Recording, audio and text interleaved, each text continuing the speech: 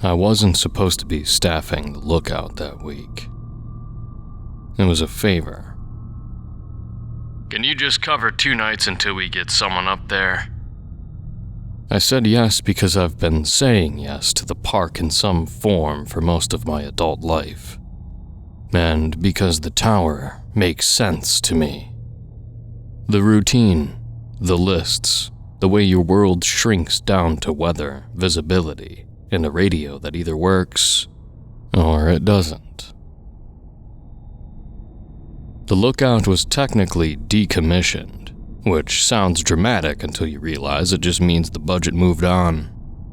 The stairs were still solid, catwalk still intact, and the windows still swept clean enough to see smoke. The radio still had power if you fed the generator and kept the battery topped off. It was the kind of place you could pretend was abandoned while still being maintained, because nobody wanted to be the person who admitted they'd let it rot. I got up there around late afternoon with a pack, a thermos, and a clipboard. The sun was low enough that it turned the treetops copper. From the cab, you could see the whole back side of the park. Ridge lines folding into each other, cut by long shadows and a few pale scars where lightning fires had burned years ago. The tower creaked in the wind, the way all towers do. Not dangerous creaking, just the sound of wood and metal remembering they're tall. Inside, everything smelled like dust, pine pitch, and old coffee. There was a laminated sheet tacked by the radios with 3 bullet points in bold. Do not request assistance over unmonitored frequencies. If you are lost, stay put. Use emergency phones or 911. If you hear a voice directing you off trail, do not respond. Somebody had underlined the last line twice, hard enough to emboss the plastic. I remember smirking at it when I first saw it. Not because it was funny, but because it was such a weird thing to have written down. It felt like a superstition in a workplace that runs on checklists. I did my first call-in with dispatch. Gave them my location, weather read, and the fact that I had a clear view of the southern ridge. They logged it. Told me to call again at 2100. And that was that. The first few hours were quiet. I made coffee on a little camp stove, filled out a logbook nobody reads unless something goes wrong. I watched the light fade. The forest below turned into one solid dark mass with only the service road cutting a faint line through it. The tower radio for the lookout was an old handheld unit plugged into a charging cradle by the window. Someone had wrapped the antenna base with a band of black electrical tape, and the casing had a crescent-shaped gouge on the bottom left corner, like it had been dropped on rock years ago and never repaired. The faceplate sticker was so sun-faded you could barely read it, but if you tilted it just right, you could make out the handwritten block letters, Lookout 3. Around 20:30, the radio squelched and popped in a way that made my shoulders lift automatically. You don't ignore that sound. Not out there. Lookout 3, dispatch. Came the voice. You copy? I pressed the transmit. Copy, go ahead. There was a pause, then dispatch again. We got some weird traffic earlier. Not on our main. Just letting you know in case you hear it. I glanced at the laminated sheet by the radio. Define weird, I said. Dispatch sounded tired. Same operator I'd talked to 100 times. The kind who can sound calm even when there's a crash on the highway and someone's screaming in the background. Unmonitored channel. Someone calling for ranger assistance. using the word lookout. My stomach tightened a little. Someone knows there's a tower up here. Yeah, Dispatch said. probably kids, or someone with an old radio. You're not to answer anything that isn't us. If you hear it, log it. That's all. I looked at the underlined line on the laminated sheet and felt my earlier smirk dry up. Copy, I said. I won't engage. I meant it. At 2100, I called dispatch with my update. Wind had picked up, temperature dropping, visibility still good. Copy. Dispatch said. If you hear anything unusual, do not respond. Do not leave the tower. Rangers are already stretched thin. Copy, I repeated. I remember looking down at the stairs after that. The trap door that led down. The way the tower's shadow cut across the catwalk in the moonlight. I remember thinking that it would be easy to step out and go down to check the perimeter, just to prove to myself nothing was out there. I didn't do it. I locked the trap door like I always do in old structures, because it keeps the wind from rattling it. I set my flashlight beside the logbook. I sat in the chair by the window and listened to the tower creak. At 2217, the radio squelched again. But this time it wasn't dispatch. Not a call sign, not a proper prefix. Just a soft click, then a voice, thin through the static. Ranger. I froze with my coffee halfway to my mouth. I didn't touch the transmit button. The voice came again, a little clearer. Ranger, I need help. It sounded like a man trying to keep panic down, breathing too fast, words clipped. The kind of voice you hear right before people do something stupid. I stared at the radio like it was going to bite me. The laminated sheet was right there in my peripheral. The underlined warning felt like it was aimed directly at me. Do not respond. I sat still. The voice on the unmonitored channel tried again. I'm on Trail 6, I think. I'm lost. I can't find the pull-off. Ranger Station, do you copy? Trail 6 was on the back side. It wasn't the busiest trail, but it wasn't obscure. People wandered on it all the time thinking it was easy. My thumb hovered over transmit, then stopped. I told myself I could call dispatch. That's the right move. Log it. Let someone with authority decide if it's real. I picked up the handset for the main dispatch channel. Before I could key it, the unmonitored channel voice came again. Lower now. I can hear you up there. It said. Please. My throat went dry. You could hear the tower, the generator hum, the wind. But hear you up there made it feel like there was a line between us that wasn't radio at all. I keyed dispatch. Dispatch, lookout 3. Go ahead. Dispatch said immediately, alert now. I'm receiving traffic on an unmonitored frequency. Caller claims lost on Trail 6. Says he can hear me up here. There was a pause, then dispatch again. Quieter. Do not engage. We'll send a unit to check Trail 6 access points. Stay in the tower. Confirm you're secure. I'm secure, I said. Trapdoor locked. Copy. Dispatch said. Do not leave. Do not respond. I set the handset down.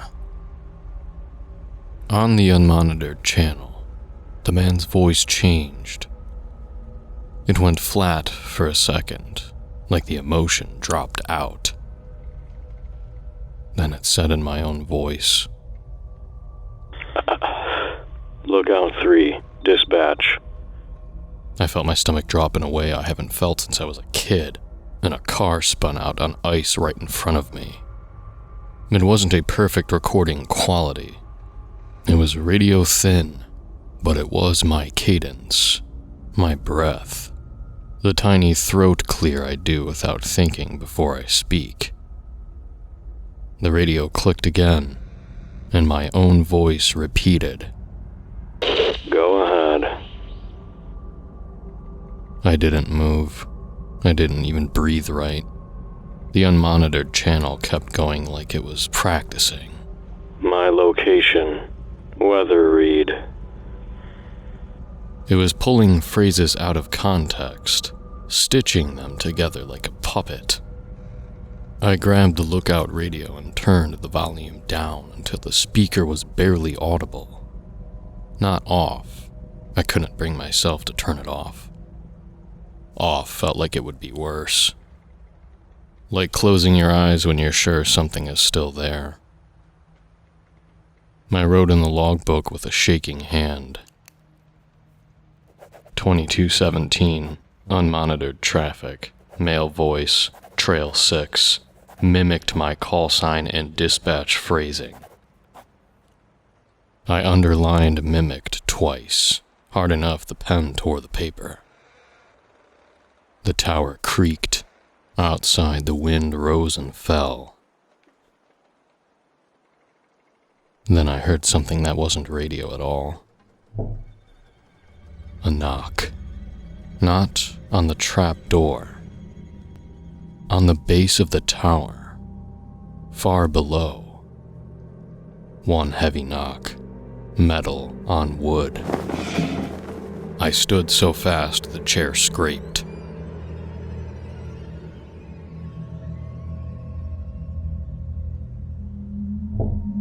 Another knock. Then faintly, Ranger. a voice from below carried up through the stairwell like someone standing at the bottom and shouting carefully. My skin tightened. No one should have been down there.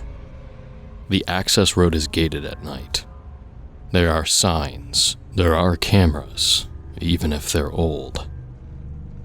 I moved to the window and looked down. The base of the tower was a black shape among darker trees. The moonlight didn't reach the ground well. I saw nothing. Then the voice came again, from directly below the tower, and it sounded like dispatch. Lookout 3, come down. We need you. My mouth went numb. Dispatch would never tell me to leave the tower at night for a lost camper without sending a unit. Dispatch would never use that tone, like it was urgent and casual at the same time.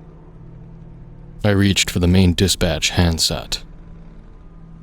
Dispatch, lookout 3, I said, forcing my voice steady. Confirm you did not send anyone to tower base. Dispatch answered instantly, and there was something in the operator's voice I hadn't heard before. A tightness. Negative. Dispatch said. No units at your location. Stay in the tower. Do not open the hatch. As they spoke, the voice from below overlapped it. Same words, same rhythm. Not through the radio speaker. Open the hatch. Through the stairs. It was like the tower itself was relaying it. I backed away from the trapdoor until my shoulders hit the opposite wall. Dispatch kept talking, faster now. Listen to me. Do not respond to any voice that is not on this channel. Do not open the tower. Units are en route to the access road. Do you understand? I understand. Below, the knocking started again. Slow, patient.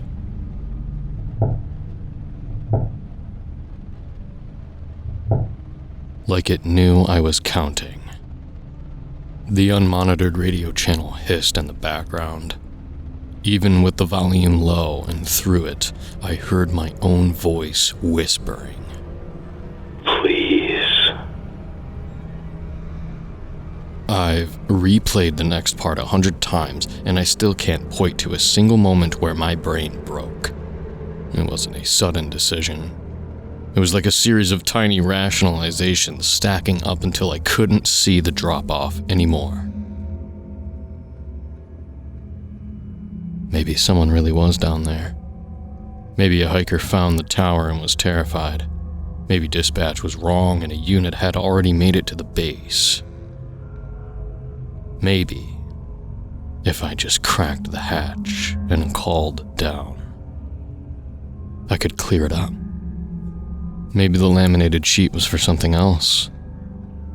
Or maybe I was being dramatic. I hate myself for the thought even now.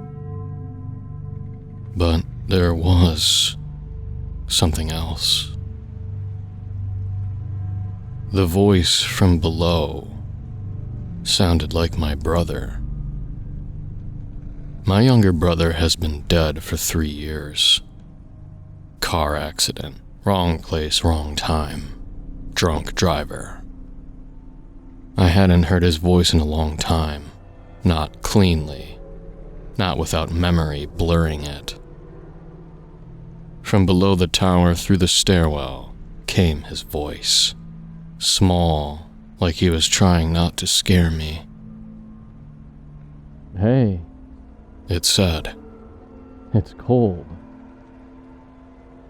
I felt my eyes sting. I stepped toward the hatch like a sleepwalker. Dispatch was still in my ear, but it sounded far away now, like a TV in another room.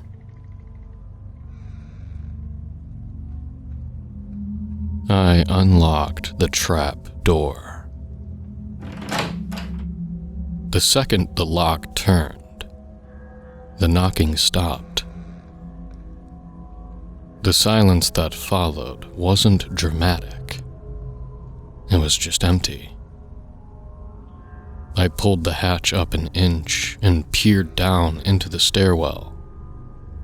Blackness. A faint smell of damp wood and old rust. I didn't see anyone. I didn't hear breathing. Then from halfway down the stairs, the radio crackle sound happened again. But it wasn't coming from the lookout radio. It was coming from the stairwell itself, like static in the air.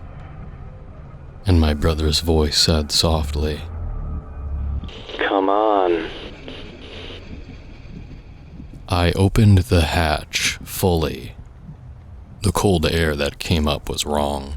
It wasn't just night air, it smelled sour, like wet fur and something metallic.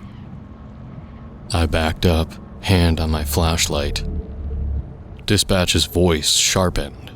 Lookout 3, what are you doing? Confirm you are in the tower and the hatch is secured. I lied. In the tower. Hatch secured. The words tasted like pennies. I don't know why I lied. Maybe because part of me already knew I was about to do something I couldn't explain. I grabbed my flashlight and stepped down into the stairwell. The tower groaned as my weight shifted onto the stairs. Each step down felt like stepping into thicker air. The darkness pressed in tight around the flashlight beam, making it feel small and weak. The metal railing was cold under my hand.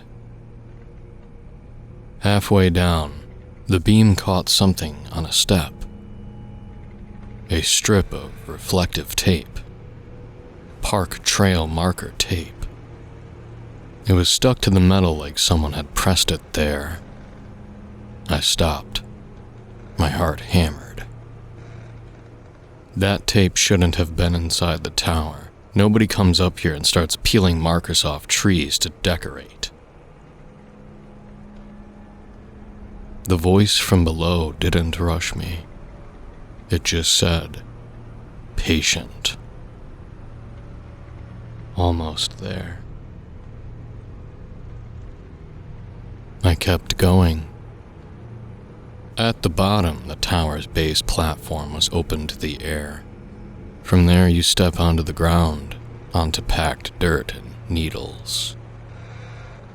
The flashlight beam swept across the base supports, the old maintenance box, the little post where the fire extinguisher used to hang.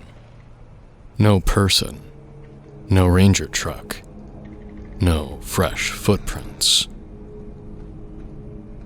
I stood at the base of the tower and felt the night press in from all sides. Ranger! Ranger!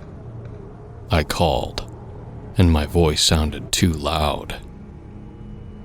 Nothing answered. Then the lookout radio, still up in the cab, crackled faintly through the structure. In my own voice, it said, "Here." The word came from the trees to my left, too, at the exact same time. Like two speakers playing the same track. My stomach dropped hard enough I almost gagged. I backed toward the tower stairs. The flashlight beam caught movement between two trunks. Not a full shape, just a shift. Something tall, adjusting its weight. I swung the light fully and saw it. It was upright, but it wasn't standing like a man. It looked assembled wrong, too thin, too long, arms hanging low with too many joints. The head was not antlers, not a clean skull like you see in cheap horror. It was like skin pulled tight over something sharp. Ridges under the surface, a mouth that didn't sit right on the face, stretched farther than it should be. The worst part was the eyes. Not glowing, not bright, dull. Wet reflections in the flashlight beam, like stones at the bottom of a creek. It didn't charge. It stepped forward once, quiet and confident, closing the distance in a way my brain couldn't map properly. I turned and ran. I hit the stairs and took them two at a time, boots clanging on metal. My hands shook so hard I nearly missed the railing. Behind me, something moved through brush without crashing. It sounded like it knew exactly where to place its weight. I got 5 steps up before a sound like a dry throat clicking came from right below the tower. Closer than it should have been. I looked down without meaning to. It was on the first landing already, climbing without haste, long limbs folding wrong. My flashlight beam caught its hands on the rail. Hands like bundled sticks, fingers too long, too many joints gripping like clamps. I bolted up again, lungs burning. The tower creaked in protest like it hated being part of this. I hit the trapdoor platform and shoved the hatch up, scrambling through. My shoulder slammed the frame. Pain shot down my arm, but I didn't care. I got one knee into the cab and reached back to slam the hatch. And something caught me. Not a grip, a swipe. A fast, cold rake across my back through my shirt. The pain didn't even register right away. It was heat and shock and a breath that turned into a noise I didn't recognize as mine. I fell forward into the cab, slammed my palms on the floor, and kicked back hard. The hatch dropped. Wood thudded into place. Then the burning hit full force. I scrambled upright and fumbled for the lock. It didn't align. My hands were shaking too much. Below me, the hatch bumped once, gently, as if something had tested it. Then again. I shoved my weight onto it and finally got the lock to catch with a metallic click. I pressed my back against the far wall of the cab and felt wetness spreading under my shirt. The scratches stung with every breath, each inhale pulling at torn fabric and skin like the injury wanted to remind me it was there. Dispatch was still on my actual channel, voice edged with panic now. Lookout 3, respond. Respond now. Under my feet, another voice repeated their exact words a half-second later, using their tone so well it made my teeth ache. I forced myself to key dispatch. "It's at the tower," I said, words coming out in ragged pieces. It mimics. It got into the stairwell. My voice hitched when my back spasmed. Dispatch didn't waste time asking what it was. Stay away from the hatch. Barricade if you can. Units are 2 minutes out. The hatch bumped again, harder.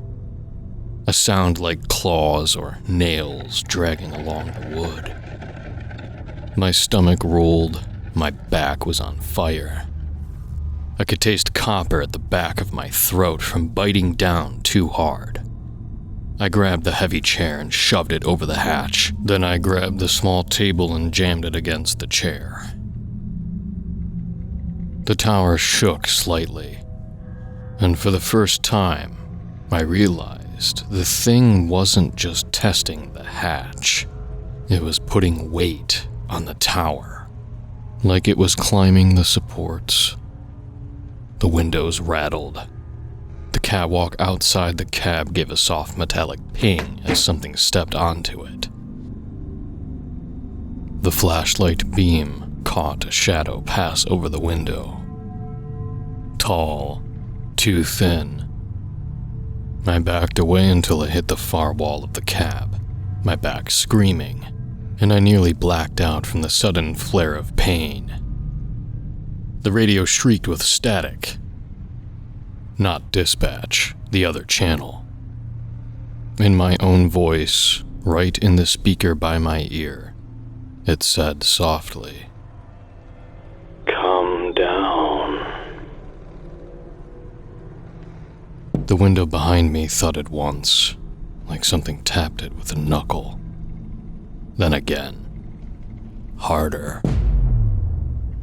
I saw the outline press against the glass for a split second. Not a face, not clear, just a suggestion of that stretched mouth and ridged head. The glass bowed. It didn't break, but it flexed enough to make me realize how old it was, how many winters it had seen, how many times it had been heated and cooled and stressed. The thing outside didn't rush. It didn't slam wildly. It tapped, then waited, like it knew time was on its side. Dispatch was still talking, telling me to hold, stay put. That headlights were on the access road. That they were almost there. I believed them. That they were almost there. And then the voice on the other side of the glass said in my brother's voice again, small and cold, "I'm scared." That almost got me. I won't lie. My hand moved toward the hatch without permission. a reflex built from a lifetime of responding to voices asking for help. I stopped myself by biting down on the inside of my cheek until I tasted blood. The tapping on the window stopped.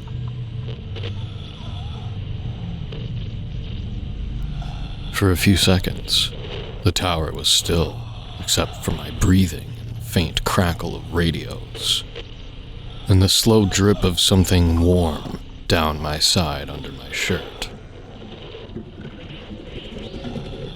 Something scraped across the roof, slow. The sound traveled from one end of the roof to the other, then stopped above my head. I looked up without meaning to.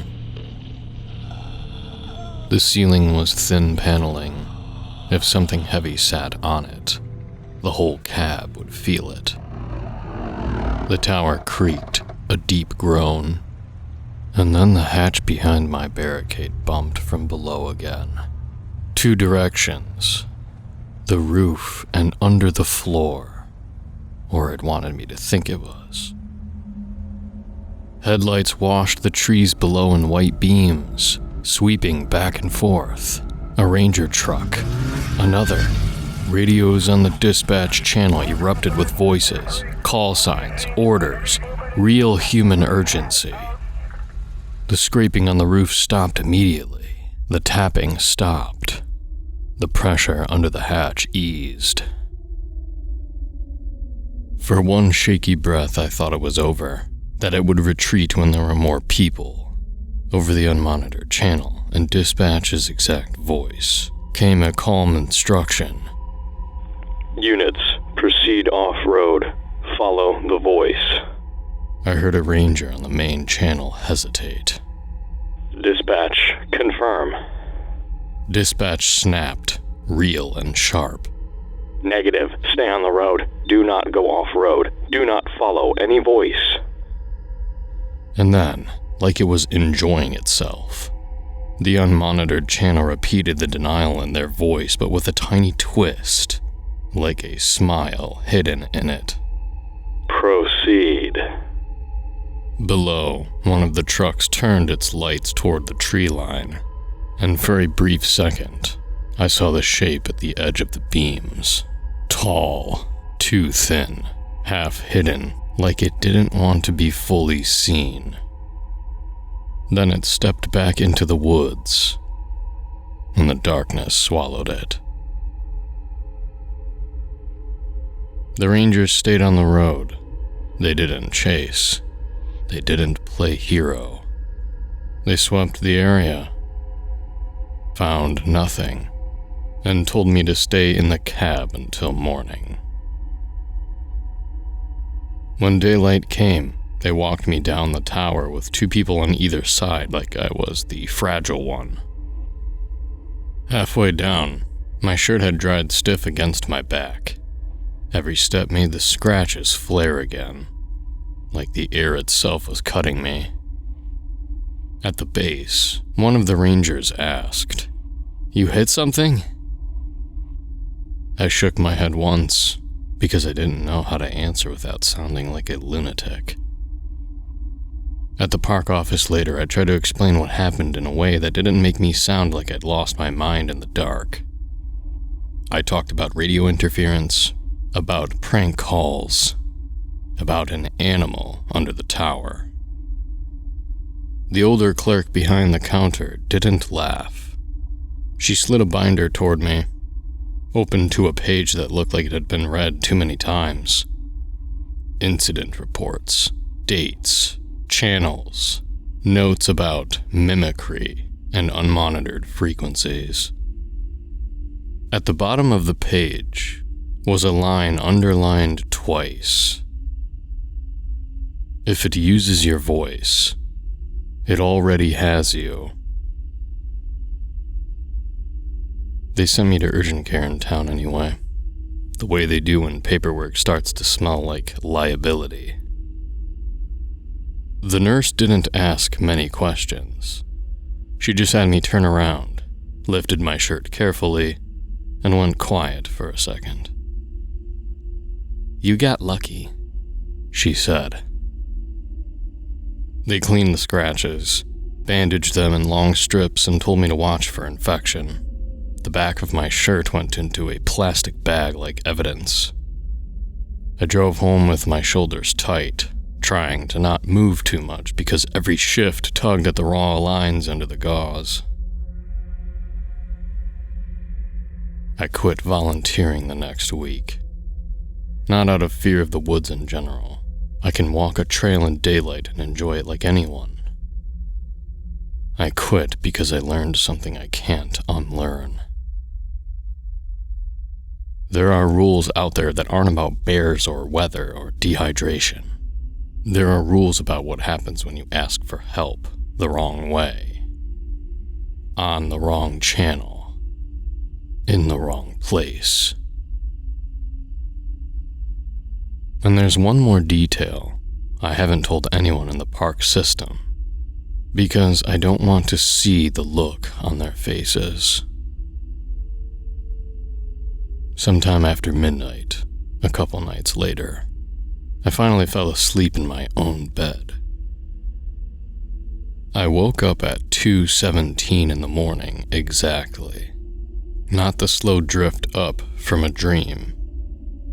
The kind where your eyes open and your body is already tight, like it heard something before your brain caught up. My back ached under the bandages. I could feel the scabbed lines pulling every time I breathed too deep. The apartment was quiet. No cars, no neighbors. The heater clicked once and stopped. Then I heard it. Not from outside, from inside the room. A soft burst of static, like a speaker waking up. A click. My throat closed. I sat up so fast the sheet tangled around my legs. The sound came again, clearer now, static. Then a tiny, controlled squelch, like someone had keyed a mic and let go. It wasn't my phone. My phone was on the dresser, dark and charging. I swung my bedside lamp on. Light filled the room, bright and normal. And for half a second, my brain tried to calm down. Tried to tell me it was nothing. Then I saw the green glow. A faint, sick, little rectangle of light coming from the crack under my bedroom door. My heart started banging hard enough to make my vision pulse. I got out of bed and limped to the door, barefoot. Quiet and holding my breath like it mattered.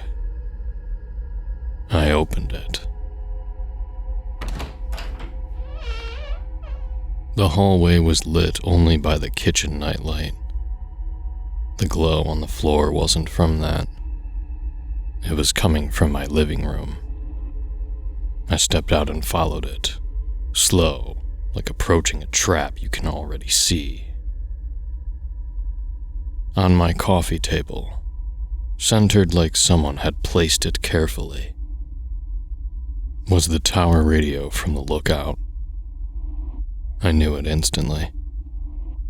Not because of the model, because I could see the black electrical tape wrapped around the antenna base, and that crescent-shaped gouge in the bottom left corner of the casing, the one I'd noticed because it made the radio sit crooked in its cradle up in the cab. The faceplate sticker was still sun-faded, but in the lamplight I could make out the handwritten block letters if I leaned close enough. Lookout 3.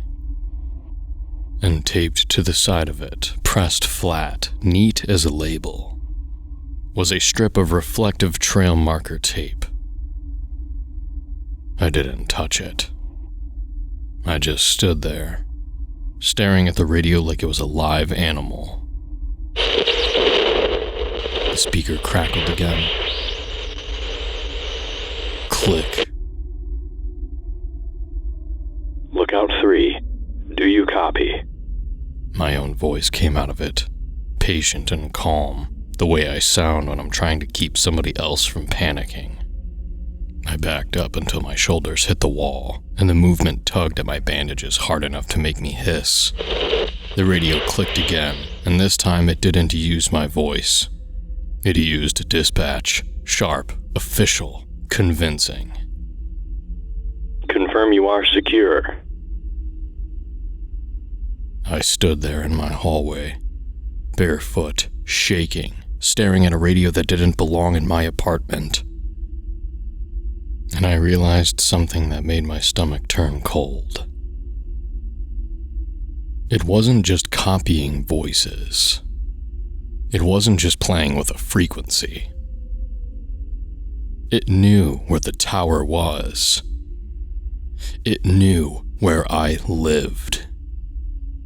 And it knew exactly what words would make me answer. I didn't answer. I didn't even breathe right. I walked backward into my bedroom and shut the door and locked it like it meant anything. The radio kept talking out in my living room, voice changing every few seconds. Mine, dispatch, my brother, cycling through the ones that worked best. I stayed in my room until sunrise, listening to it through the wall like you listen to an intruder moving around your house. At 6:41 a.m., it went quiet. No static, no click, just silence. When I finally opened my door, the radio was gone. There was no mark on the table, no tape, no dust disturbed, no sign it had ever been there. Except for one thing. On the hardwood in front of my coffee table, right where the green glow had pooled, was a single strip of reflective tape, pressed flat to the floor like a breadcrumb, pointing toward my front door.